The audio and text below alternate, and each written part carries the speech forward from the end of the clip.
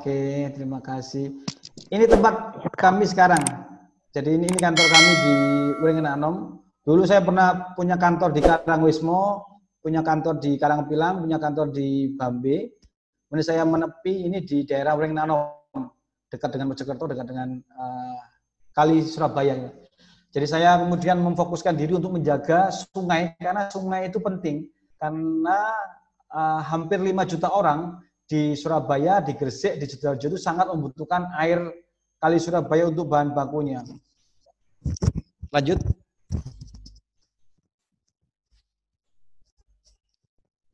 Oke. Jadi ini gambar ini saya senang gambar ini. Jadi ini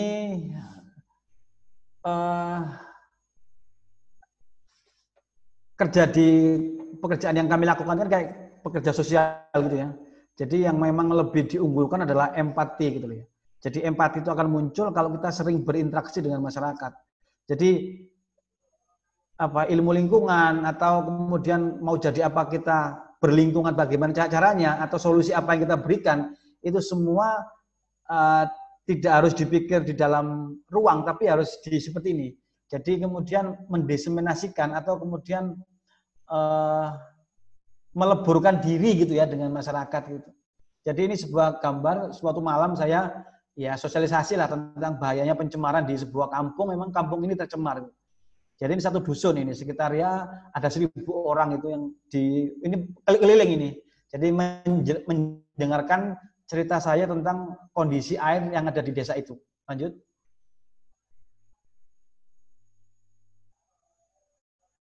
Ya tadi, untuk menjadi beras itu padi harus saling bertumbukan. Ini memang saya ingat betul dari dosen saya di biologi, Profesor Suparmo. Beliau menyatakan, kalau kita ingin bisa bermanfaat, maka kita harus berinteraksi. Gitu. Jadi ilmu kita itu seperti kayak beras itu, beras yang dia tertutup gitu ya. Kalau itu bisa keluar menjadi sebuah beras, maka padi itu harus berinteraksi, harus digesek-gesek, bergesekan gitu. Maka gesekan yang saya maksud tadi adalah berinteraksi dengan masyarakat di sekitar kita. Lanjut. Ini pekerjaan saya. Jadi ini saya lakukan dulu sejak saya kuliah. Karena saya kuliah di biologi, maka ini yang sangat saya senangi yaitu melakukan penelitian kandungan bahan-bahan pencemar dalam air, dampak dalam air, dan itu sangat didukung oleh jurusan saya. Jadi artinya apa?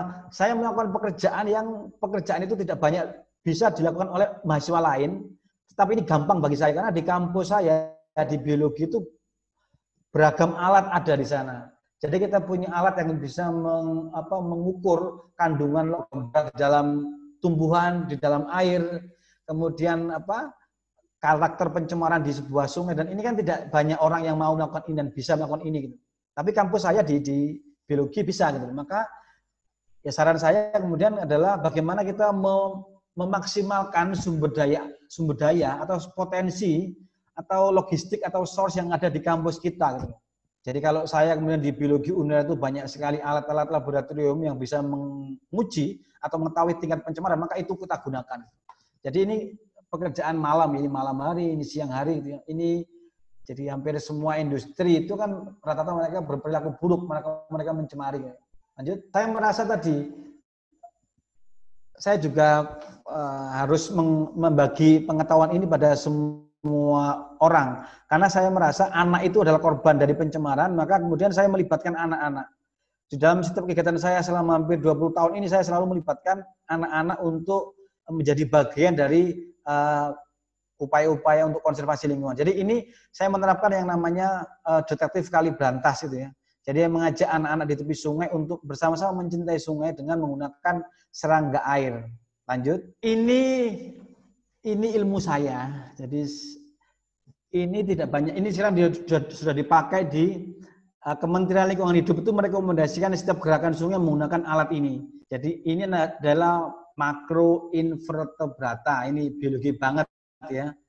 Ini 10 tahun saya kumpulkan gitu ya. Kami membuat tim yang 10 tahun kemudian mengumpulkan ini.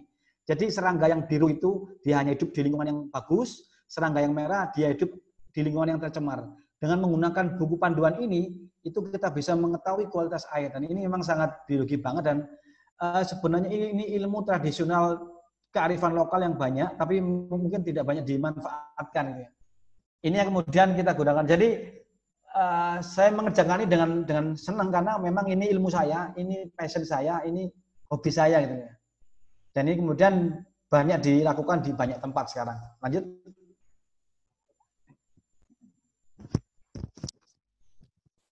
Ini kemudian tadi anak-anak itu tadi, jadi saya yakin, kami yakin di lembaga kami anak-anak itu bisa membuat perubahan, maka anak-anak harus didorong untuk terlibat gitu ya. Ini masalah investasi. Jadi ini saya mulai tahun 2000-an. Jadi sekarang anak-anak ini ya sudah jadi kayak ada yang jadi penyiar SS, ada yang jadi dosen, ada yang jadi bekerja di banyak perusahaan gitu. Artinya mereka yang kemudian jadi tulang punggung kegiatan kami di saat ini. Jadi dulu ini namanya investasi. Dulu ini menurut saya adalah ini investasi, bagaimana kita mengajak anak-anak. Maka kemudian kalau kita ingin mulai sebuah karir atau pekerjaan, jangan lupa kita harus membagi ilmu kita kepada ini anak-anak yang umur-umurnya umur 14 ini, SMP, SMA ini. Dan ini yang kita ajak mereka untuk melakukan ini kegiatan yang sama. Jadi ini juga membuktikan kalau kegiatan lingkungan itu gampang gitu loh. Konservasi aktivitas itu gampang bisa dilakukan oleh anak-anak. Lanjut, ini yang menarik sebenarnya media. Bagaimana kalau kita harus melibatkan media. Kalau dulu media konvensional atau tradisional seperti majalah, koran, radio, televisi ya.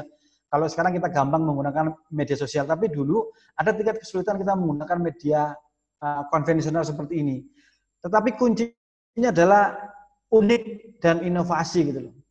Ini adalah foto satu halaman penuh di media Indonesia yang mengangkat profil saya, bagaimana saya memulihkan Kali Brantas. Lanjut, ini lanjutannya. Jadi saya membuat komunitas namanya Brigade Evakuasi Popok. Ini saya namakan unik karena tidak kreatif, unik, tidak banyak ya, tidak banyak lembaga atau institusi yang melakukan kegiatan ini. Dan ternyata ini menjadi PR besar Indonesia karena kita tidak punya standar tentang popok. Jadi ini menggali gitu ya, menggali problem-problem sosial di masyarakat. Kalau kita kemudian tidak banyak berinteraksi, yang tadi awal saya katakan kita harus banyak terlibat dengan masyarakat atau berinteraksi atau turun ke masyarakat. Kalau kita tidak melakukan itu, kita akan melakukan hal-hal yang unik, hal-hal yang kontekstual gitu. Jadi yang kalau mau laku, kalau mau kita terserap oleh publik, maka ya kita harus melakukan sesuatu yang kontekstual gitu. Ini sangat kontekstual karena memang ini sedang lagi banyak terjadi di masyarakat. Bagaimana kemudian kita menghadapi masalah pencemaran popok gitu ya. Lanjut, di pekerjaan yang kami lakukan, jadi Ekoton itu lembaga swadaya masyarakat, bentuknya yayasan sekarang, berbadan hukum gitu. Problem kita adalah kemudian bagaimana agar lebih banyak orang yang mau terlibat dalam upaya konservasi atau penyelamatan lingkungan. Sekarang ini yang banyak itu di masyarakat adalah orang yang tidak tahu, orang yang tidak peduli lah, yang di paling bawah ini ya. Orang yang paling banyak yang kita temukan ada orang yang tak tahu, tidak mau tahu, tidak mau mencari tahu, tidak mau melakukan upaya yang banyak. Kemudian yang kedua ini orang yang tahu tapi tidak mau tahu. Ini orang-orang yang pintar, orang-orang yang punya pengetahuan, tapi mereka tidak peduli. Ini banyak sekali kita di perkotaan itu ya. Kemudian yang kedua adalah yang ini, yang orang tak tahu tapi mau tahu. Jadi orang yang tidak mengerti tapi dia mau belajar. Yang langka itu adalah orang yang tahu dan mau tahu, peduli lah gitu. PR kami di Ekoton adalah mengedukasi semua level ini agar kemudian menjadikan ini terbalik begitu ya. Menjadikan piramida terbalik di mana banyak komposisi orang yang peduli dibandingkan orang yang tidak peduli. Maka kemudian kita punya beberapa cara atau strategi untuk mengedukasi masyarakat. Lanjut. Yang kami lakukan adalah tadi, yang kuning itu adalah goal kami adalah harmonisasi ya masyarakat dengan lingkungannya. Maka yang kami lakukan adalah memproduksi banyak informasi lingkungan. Mungkin kalau teman-teman banyak tahu tentang ikan bencong, kemudian masalah popok di sungai, masalah sampah impor gitu ya. Itu adalah contoh-contoh hasil-hasil pekerjaan kami. Bagaimana kita mengolah data-data ilmiah menjadi sebuah informasi yang populer, yang itu kemudian membangkitkan orang untuk lebih ingin tahu. Jadi ingin mewujudkan ini. Jadi informasi itu kemudian menghasilkan yang namanya konkret atau komunitas yang kritis. Atau di lain sisi kita juga melakukan upaya-upaya litigasi. Jadi kami itu ingin melakukan advokasi, goalnya adalah merubah kebijakan agar kebijakan negara itu adalah lebih pro pada lingkungan. Maka cara yang kami lakukan adalah melakukan litigasi atau menggugat. Jadi menggugat pemerintah terkait dengan kebijakan pengelolaan sungai. Lanjut, ini kegiatan yang kami lakukan. Jadi speak out sama speak up ya, yang banyak dilakukan, mendorong orang untuk, kita ini kan kayak punya budaya yang diam gitu ya, silent culture gitu ya, di mana orang tidak peduli, di mana orang diam melihat ketidakbenaran, sesuatu yang tidak pas itu dibiarkan. Maka kita di komunitas kami membudayakan ya harus rewel, harus cerewet gitu ya. Ini salah satunya, tapi cerewet itu sistematis gitu loh. Dan yang kita cerewetkan adalah dia yang ilmiah. Maka selalu kita dorong orang-orang untuk ya lebih banyak menggali informasi sebelum mereka berkoar-koar. Lanjut, ini tahun 2011, jadi setelah 10 tahun gitu ya. Ini ada penghargaan dari Kementerian Lingkungan di Korea Selatan. Jadi setiap tahun itu mereka bikin namanya Gaya Eco Water Award, kerjasama SBS TV dengan Kementerian Lingkungan. Ini saya mendapat penghargaan atas kerja kami untuk menyelamatkan Kali Surabaya. Lanjut, ini tahun 2013. Ini salah satu staf kami mendapat penghargaan dari SBY. Ini Kalpataru ya, sebagai lembaga penyelamat lingkungan gitu. Jadi ini kedua tahun 2011 ini. Saya berkesempatan ke Gedung Putih ya, berdiskusi dengan Obama begitu. Jadi setiap tahun itu ada kayak Green Nobel gitu ya. Jadi kayak award untuk orang-orang yang mau melakukan kegiatan penyelamatan lingkungan di 5 benua. Di Asia, di Amerika, di kepulauan, di Eropa, Amerika, di Eropa. Saya kemudian mewakili negara-negara kepulauan ya, pada tahun 2011 ini mendapatkan penghargaan ini Goldman Environmental Prize. Ini menarik karena penyelenggaranya itu yang punya Levi's itu. Jadi penyelenggara ini adalah yang punya cucunya yang punya Levi's. Jadi dia mendukung upaya-upaya konservasi. Lanjut, ini tahun 99 ini.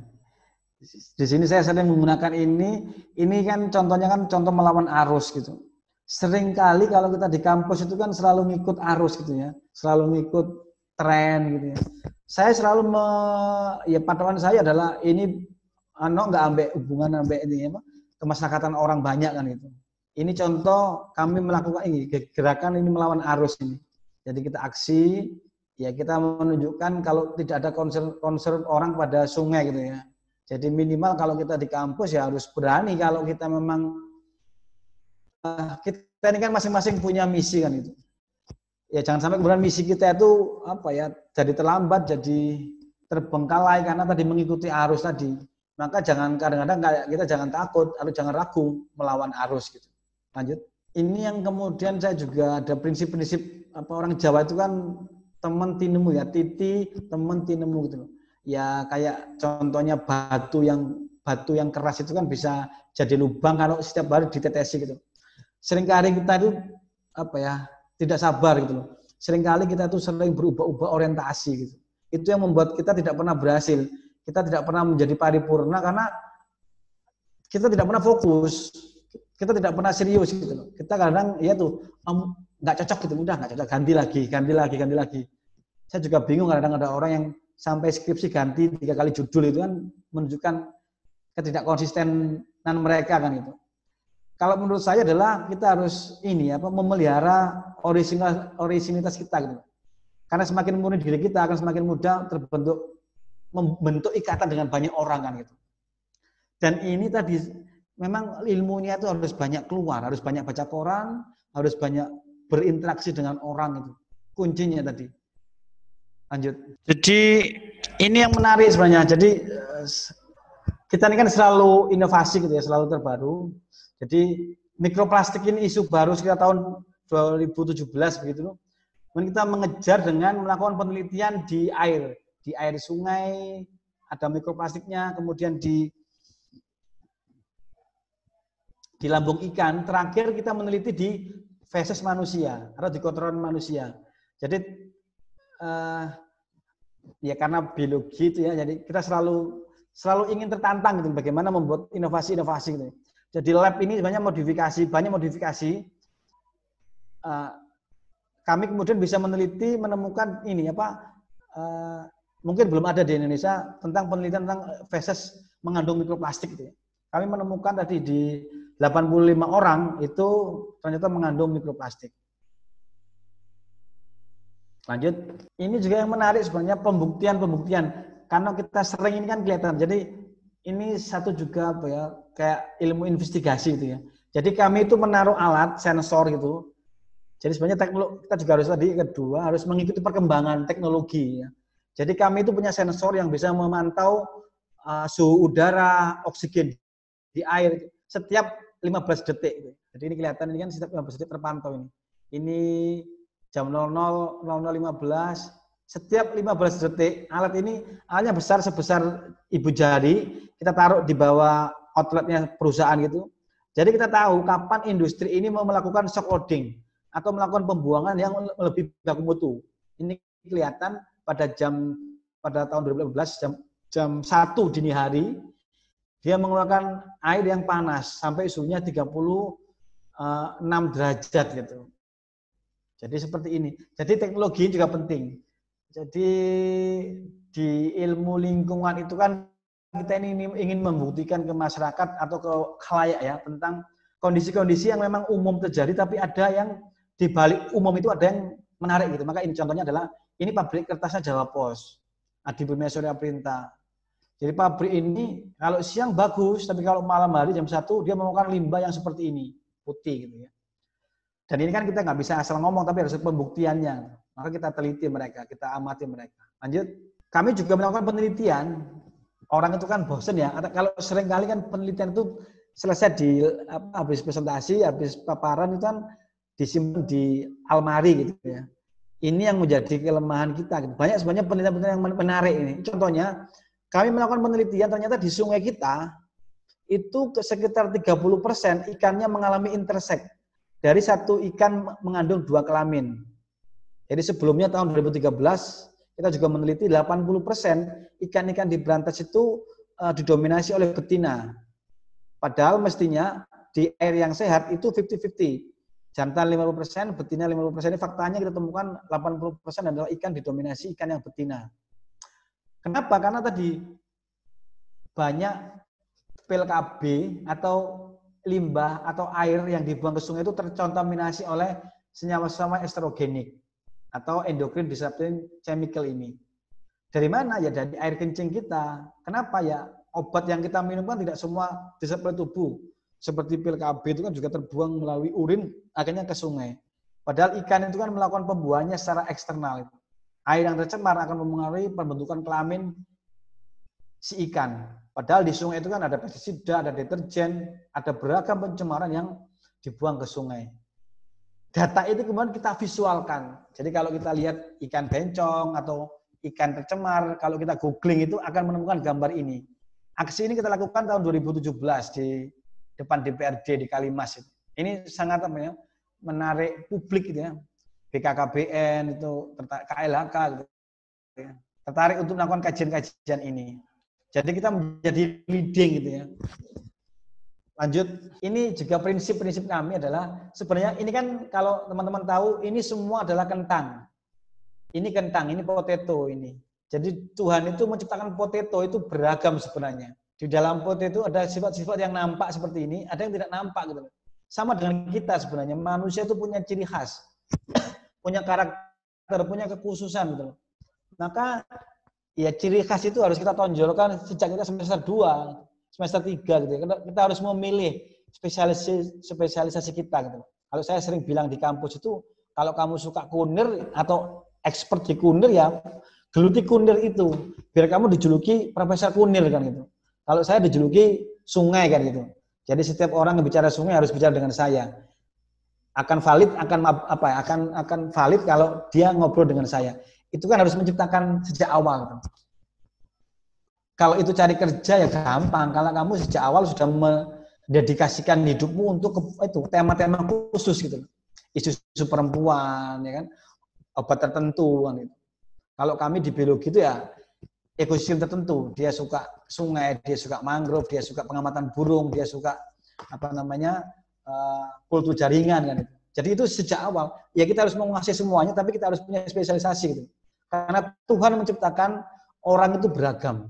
Dan itu tidak bisa muncul kalau kamu tidak mengasah sejak awal itu. Lanjut. Ini contoh. Saya itu mencoba saya itu suka itu tantangan yang from zero to hero gitu ya. Jadi saya itu begitu saya lulus, saya mencoba untuk jadi guru. Saya jadi guru di sebuah sekolah di kampung sekali, di desa banget yang dia di Gresik Selatan yang miskin gitu. Kita mencoba untuk anak-anak ini punya kamera yang sederhana, mereka memotret serangga-serangga di sekitar mereka. Kita bikin bukunya, kita publikasikan, kita share ke beberapa pertemuan-pertemuan internasional. Akhirnya apa? UNDP itu mengundang 3 orang anak itu ke Stockholm gitu. Jadi ini kan apa? From zero to hero. Ya emang gampang ngomongnya tapi kan dari kita gitu. Dari kita tahu peluang kan. Gitu. Karena apa? Kalau secara biologi atau keragaman hayati Indonesia itu sebenarnya kan sentral dunia. Tidak banyak biota-biota di dunia yang ada di Indonesia. Gitu. Jadi kita tuh mega diversity. Maka serangga seperti ini yang umum dijumpai di kampung kita itu bagi anak Eropa atau bagi anak Surabaya, Jakarta tuh aneh kan itu. Ini yang kita kemas itu.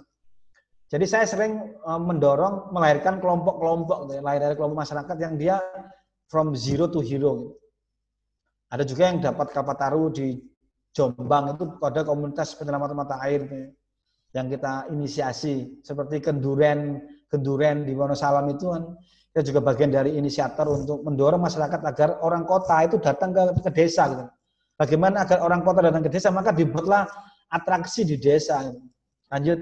Ini ilmu saya sekali, ini biologi ini. Ya seringkali kan, ya ini saya punya ilmu identifikasi keragaman hayati ya, mendeteksi ikan gitu ya. Ini kemudian saya melakukan identifikasi. Dan ini tidak sebentar, ini selama hampir lebih 7 tahun. Jadi setiap musim kemarau, sejak tahun 2009, itu saya melakukan namanya sensus ikan.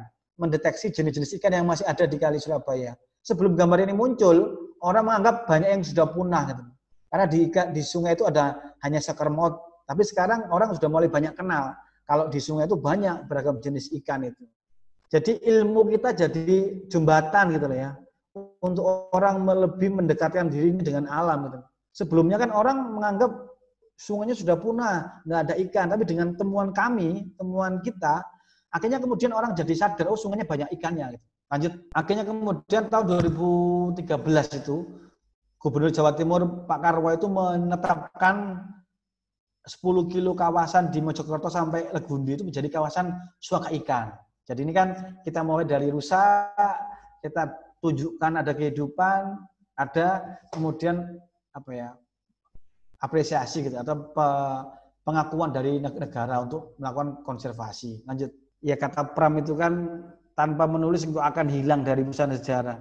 Saya dulu itu salah satu penghasilan saya adalah menulis. Dulu saya waktu semester 4 sampai semester 6 itu penghasilan saya adalah dari menulis. Kebetulan dulu ada Surabaya Pos, Surabaya Pagi, ada Surya, ada Kompas, ada Jawa Pos, itu ada kolom-kolom opini gitu. Itu dulu 250, 500, 750 sampai 1 juta itu per sekali menulis gitu ya. Saking sungkannya saya, nama saya sering muncul, saya sering pakai nama teman saya, pakai nama pacar saya untuk jadi nama penulis itu. Artinya memang menulis itu penting. Selain itu orang jadi tahu apa yang terjadi, ya ada penghasilan khusus gitu buat kita. Lanjut. Mungkin ada yang bertanya, apa yang bisa kita lakukan sebagai anak muda, anak milenial? Saudara-saudara sekalian, kalian ini kan generasi saset, generasi Indomie, generasi Indofood, generasi Unilever. Kalian kan tidak bisa hidup tanpa saset kan gitu. Saset sampo, saset sabun. Tahukah kita kalau sampah saset itu tidak bisa didaur ulang. Kenapa? Karena saset itu ada laminasinya, ada plastiknya, ada aluminium foilnya. Solusi terakhir dari sampah-sampah ini adalah dibakar gitu. Dan dibakar itu adalah sangat beracun kan, dia akan mengeluarkan dioksin gitu. Maka sebagai anak muda ya kita harus mengurangi pemakaian saset gitu loh. Harus berpikir ulang untuk masalah packagingnya, food packaging itu. Di zaman pandemi seperti ini ya mungkin solusinya ya kurangi GoFood sama GoSend itu. Kita harus lebih banyak menggunakan produk yang kita kenali, menanam sendiri, memasak sendiri gitu. Kenalilah bahan-bahan yang kita konsumsi. Dan yang terpenting mengurangi tas kresek. Kalau ke Indomaret, Alfamart atau Indogrosir ya jangan bawa kresek. Beli sampo 1000 aja ada kreseknya kan itu. Ini yang harus kita kurangi.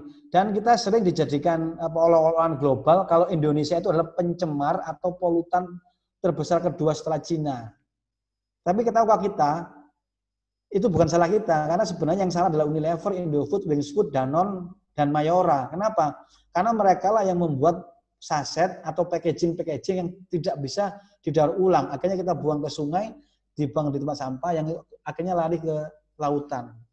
Maka seharusnya tantangannya adalah kita mendorong para produsen ini membuat packaging yang lebih lebih ramah lingkungan, atau kita sebagai konsumen yang memilah-milah gitu. Jangan sering atau intensitasnya tinggi menggunakan produk dengan packaging yang sekali pakai. Lanjut. Ya, ini menarik sebenarnya. Ini survei di 500 orang di Jakarta menyebutkan sebenarnya kita tuh mau kok generasi Gen X, generasi Z, generasi milenial ini sebenarnya mau melakukan upaya diet plastik. Yang mereka suka adalah ini, yang paling gampang bagi mereka adalah mengurangi pemakaian tas kresek, mengurangi pemakaian botol sekali pakai. Teman-teman sekalian, botol sekali pakai Aquades, macam-macam itu bahaya untuk kita, karena itu ada plastiknya. Coba bikin eksperimen, beli 2 botol, 1 taruh di luar di panas matahari, 1 di dalam rumah. Setelah 2 atau 3 jam, ambil yang di luar terus diminum, itu rasanya akan berbeda. Kenapa? Karena airnya akan terlarut dengan botol tadi. Karena di botol itu ada namanya plasticizer. Dia pelentur plastik yang dia akan kemudian bersenyawa dengan air yang kita konsumsi. Maka solusinya adalah nomor 2 ini, bawalah botol minum sendiri, bawalah tumbler, peralatan makan sendiri, kotak makan sendiri. Kurangilah pemakaian sedotan atau plastik sekali pakai. Lanjut. Ini ada 9 langkah ya, kalau kita menjadi generasi milenial ramah lingkungan, nggak usah demo, nggak usah bakar-bakar ban, nggak usah naik-naik gunung, bersih-bersih gunung, nggak usah bersih sungai, bersih pantai. Jangan, nggak kuat kalian jorok itu. Mendingan mulailah pakai botol yang bisa dipakai berulang-ulang. Pakailah tas kain, bawa sendok makan dari rumah. Jangan, kalau selamatan itu jangan pakai styrofoam, nggak keren banget itu. Itu kayak ya tidak well educated gitu loh. Karena di banyak negara maju itu styrofoam tidak dipakai karena styrofoam bukan jodohnya makanan. Styrofoam itu kan polimer yang sangat sangat reaktif terhadap minyak dan panas. Kalau kalian beli mie atau beli capcay atau beli nasi goreng yang dimasukkan dalam styrofoam terus dibawa GoFood, itu ya kasihan, itu tidak keren banget, tidak milenial banget, itu kuno banget. Lanjut, ini sebenarnya tahukah kita kalau 60% sampah yang kita buang setiap hari dari rumah itu 60% adalah sampah yang bisa didaur ulang atau bisa dijadikan kompos, maksudnya bukan daur ulang ya, tapi bisa dikomposkan. Jadi 60% sampah yang kita buang bisa dikomposkan. Maka mari kita sediakan ini untuk membantu beban Bu Risma atau beban wali kota bupati kita, karena mereka yang bertanggung jawab atas sampah kita. Kalau kita punya tempat ini, maka 60% sampah kota akan terkurangi. Pilahlah itu, dipilah. Jadi dengan menyediakan barang-barang pecah ini seperti ini, terus kompos sampah dapur, sisa makanan, kita taruh di sini itu bisa mengurangi sampai 60%. Sisanya kan bisa diulang kayak plastik. Jadi kalau saya sarankan di rumah ya nggak usah ruwet-ruwet ikut kegiatan lingkungan rame-rame, bikinlah di rumah gerakan yang lebih real. Saya di rumah itu punya gentong yang dari plastik itu yang saya saya bagi dua sebenarnya. Ember pecah itu ya satu untuk yang basah, yang kayak sayur, sisa makanan, satunya yang untuk plastik, sedot. Ya, kita kurangi sih apa yang nggak bisa diulang kayak karet. Lanjut, ada pertanyaan kemudian, kenapa sih kok sekarang ini kayak seperti orang itu kayak anomali gitu. Kita butuh air, tapi kita itu meracuni air. Jadi kita sangat anomali gitu. Jadi kali Surabaya itu di hilir sungainya kita pakai untuk air minum, tapi di hulu, di atas, itu kita membiarkan pabrik kertas, pabrik sepeda, membuang limbah cairnya ke kita. Pabrik miwon gitu ya. Jadi apa istilahnya apa? Kita memproduksi bahan yang mencemari air yang kita minum itu. Jadi ini kan aneh. Makanya orang Surabaya itu kayak keras, kenapa? Mereka kayak brutal gitu ya. Karena mereka minum air yang tercemar gitu. Jadi setiap hari kita minum air yang tercemar, untuk apa? Industri yang memproduksi kebutuhan kita. Kalau dulu kan enggak. Kalau dulu orang menyucikan, mengagungkan, menghormati, respect terhadap air mereka. Ini di Candi Belahan. Banyak sekali tempat-tempat situs yang itu menunjukkan ada mata air. Sekarang ini tidak, ini pabrik kertas. Lanjut, karena memang ini yang menarik. Aturan kita, regulasi pengelolaan lingkungan hidup itu hanya melindungi manusia. Jadi standarnya itu hanya bagus untuk manusia, tapi tidak bagus untuk biota, untuk burung, untuk hutan kan gitu. Jadi akhirnya manusianya selamat, tapi lingkungannya rusak. Gitu. Lanjut, ya satu sungai itu kan, bumi itu kan satu, tapi kita terus berkembang biak sampai 7 miliar, 1 miliar, 3 miliar, sekarang 7 miliar lebih.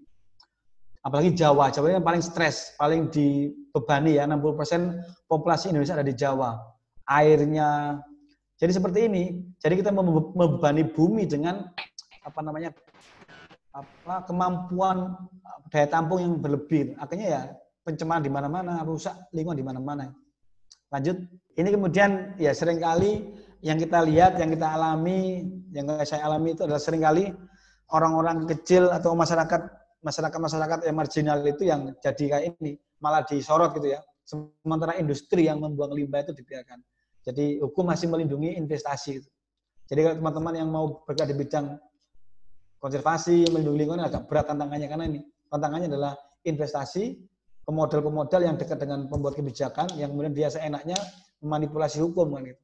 Lanjut, 2013 penelitian Kementerian Lingkungan Hidup menunjukkan indeks perilaku lingkungan kita tuh rendah sekali. Ini D yang nggak lulus 56. Jadi kalau skornya 0 sampai 1, kita tuh di level 0,56. Ini contohnya orang membuang sampah yang kesembarangan. Lanjut. Ini popok ini ya, popok di tepi sungai ini. Orang buang popok di tepi sungai. Orang tahu sungai itu penting, air itu penting, tapi orang buang popoknya ke sungai.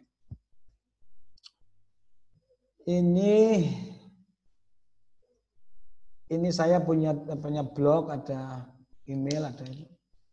Ya intinya memang harus kerja keras sih. Saya ini suka kerja keras. Saya itu suka kerja keras, suka bekerja, sangat keras, senang sekali. Apalagi tantangan ini, tantangan masalah lingkungan hidup ini. Saya rasa itu pengantar dari saya. Mari kita berdiskusi.